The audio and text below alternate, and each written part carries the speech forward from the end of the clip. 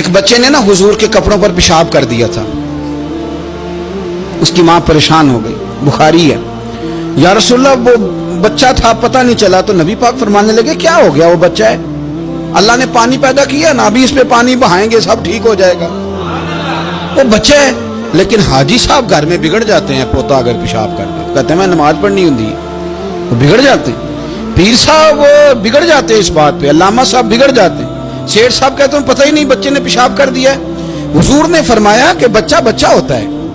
وہ چھوٹا ہے، اس کا ایک مزاج ہے، اس کا ایک مطالبہ ہے۔ اب آپ یہ کہیں کہ وہ بڑا مجھے پاک صاف سمجھتا ہے تو اس رویے سے میرے ساتھ وہ ملاقات کرے، آپ اس کے مزاج کی رعایت کریں گے۔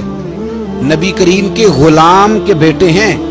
حضرت اسامہ بن زید، نواسوں کی بات نہیں سنا رہا، زید بن حارثہ حضور کے غلام تھے، ان کے بیٹے ہیں، چھوٹی عمر تھی، ناک بہ رہا تھا۔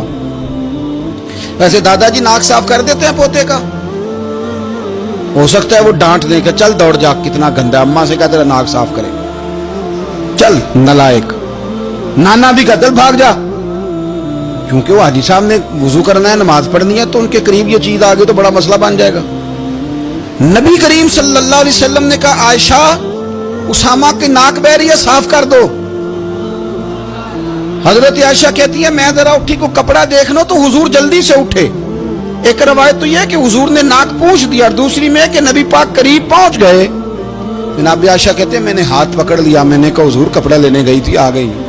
کہتے ہیں میں نے اپنے ہاتھوں سے ان کی ناک صاف کر دی، ریڑھ صاف کر دیا، اللہ کے رسول گویا میری طرف دیکھ کے مسکرائے،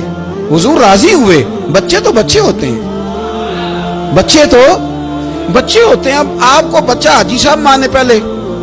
نمازی صاحب مانے، آپ کو پہلے بچہ جو ہے وہ بڑا سیاںہ مانے، سمجھدار مانے، عقل مند مانے، پیر صاحب مانے، چھوٹا بچہ تو وہ نہیں مان سکتا۔